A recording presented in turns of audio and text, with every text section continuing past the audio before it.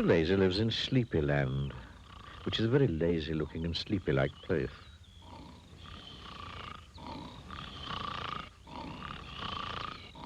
Birds in Sleepyland fly so slowly they sometimes fall out of the sky. The grass takes so long to grow, it only needs cutting once a year. Even the trees are lazy-looking and sleepy-like. And do you know what time everybody gets up in Sleepyland? The answer is they don't get up in the morning. They get up in the afternoon. And incidentally, this is what a Sleepyland clock looks like. Everything takes so long to do, there's only time for 4 hours a day.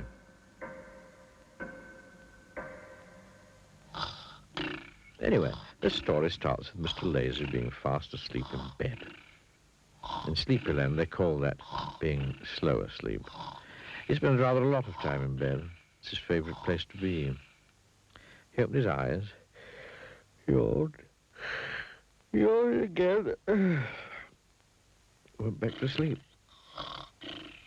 Later, Mr. Lazy opened his eyes again, yawned again, went back to sleep again. Much later, Mr. Lazy got up and went to make his breakfast. We say breakfast, although really it was tea time. He put the kettle on to make some tea.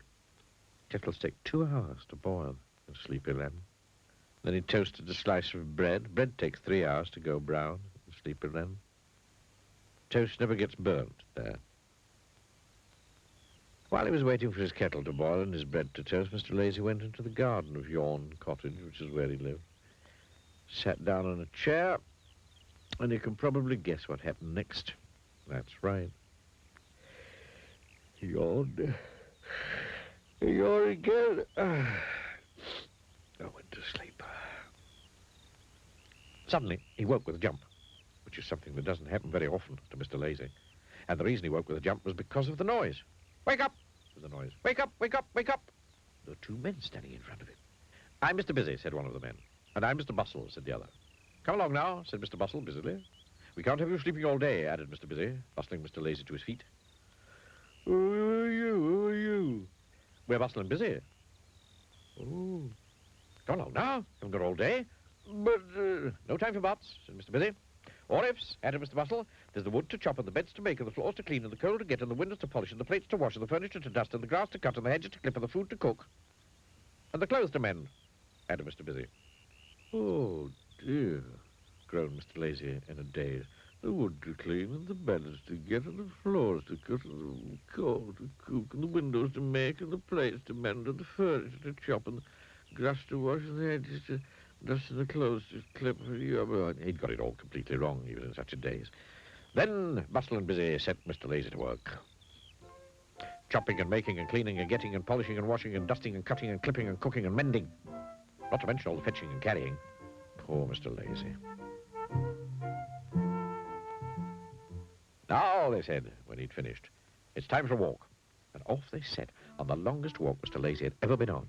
Mr. Lazy is one of those people who never walks when he has a chance of sitting down, and never sits down when he has a chance of lying down. But this day, he had no choice.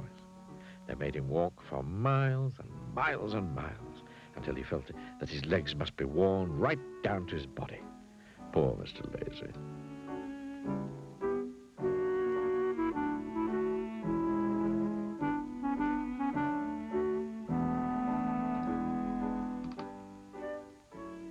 When they arrived back at Yawn Cottage, Mr. Busy said, right, now for a run. Oh, no.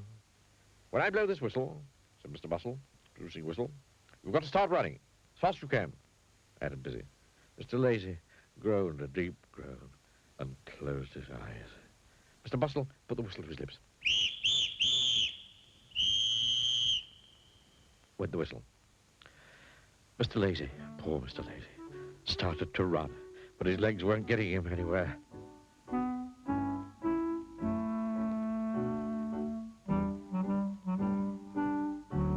He opened his eyes and looked down to see why, and the reason his legs weren't getting him anywhere was because he was sitting on a chair in the garden. And there was no sign of Mr. Busy or Mr. Bustle. It had all been a terrible dream. And the whistle was the whistling kettle boiling in the kitchen. Mr. Lazy heaved a sigh of relief. And then he went into the kitchen and sat down to have his breakfast and to think about his dream. But you know what happened next, don't you?